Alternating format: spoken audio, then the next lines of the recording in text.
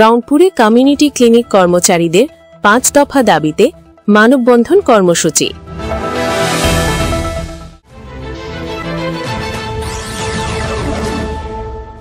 আসসালামু আলাইকুম।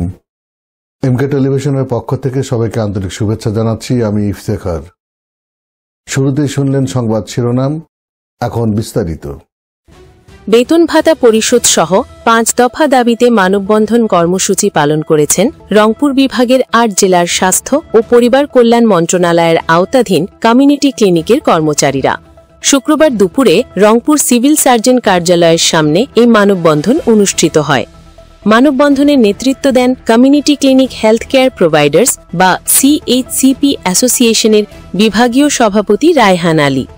এ সময় সংক্ষিপ্ত বক্তব্যে নেতৃবৃন্দ ২০২৩ ব্যাচের CHCPদের বিগত ১৫ মাসের বকেয়া বেতন ভাতা দ্রুত পরিশোধের দাবি জানান।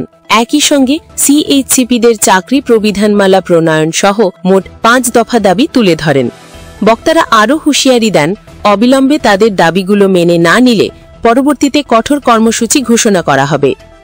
আপনারা জানবেন যে আমরা প্রাথমিক স্বাস্থ্যসেবা, মাতৃ স্বাস্থ্যসেবা, শিশু স্বাস্থ্যসেবা এবং আমরা সফলভাবে দিয়ে আসতেছি।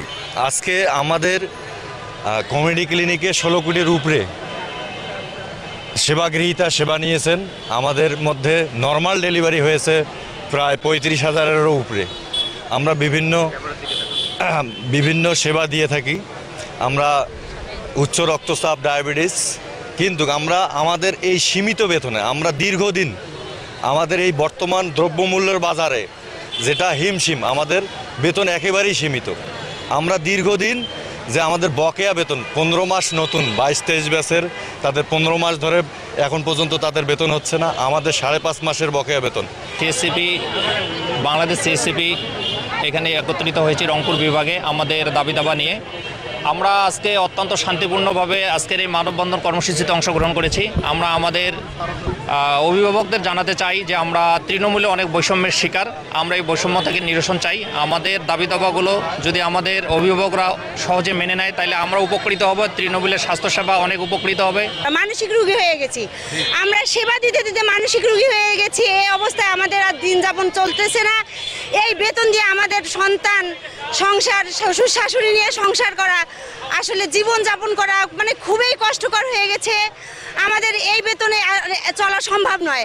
তাই আমরা যত দ্রুত সম্ভব আমাদের ইনক্রিমেন্ট ধরে, আমাদের শুরু থেকে ইনক্রিমেন্ট ধরা হোক, আমাদের ৫.৫ মাসের বেতন দেওয়া হোক, আমাদের প্রবিধানমালা যত তাড়াতাড়ি সম্ভব, যত দ্রুত সম্ভব গ্রেডটা চেঞ্জ করে আমাদের প্রবিধানমালা দেওয়া হোক।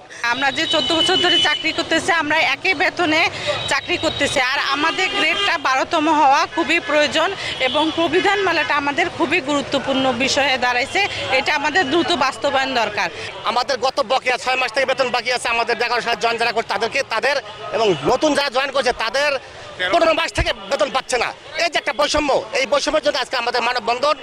আমাদের এখন এটা প্রস্তাব যে কর্তৃপক্ষ দ্রুত এটা বাস্তবায়ন করতে হবে। বাস্তবায়ন না হলে আমরা পরবর্তীতে আমাদের সাংগঠনিকভাবে আমাদের কীভাবে আমাদের মানববন্ধন কর্মসূচি আমরা সেটা দিলে এগিয়ে যাব।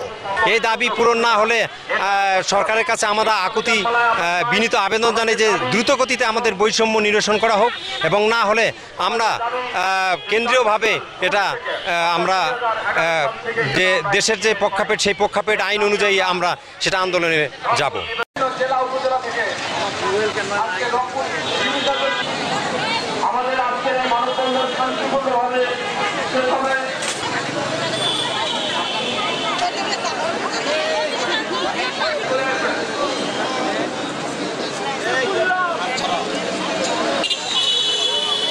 শাহজাতি আক্তার মিলি, নিউজ ডেস্ক, এমকে টেলিভিশন।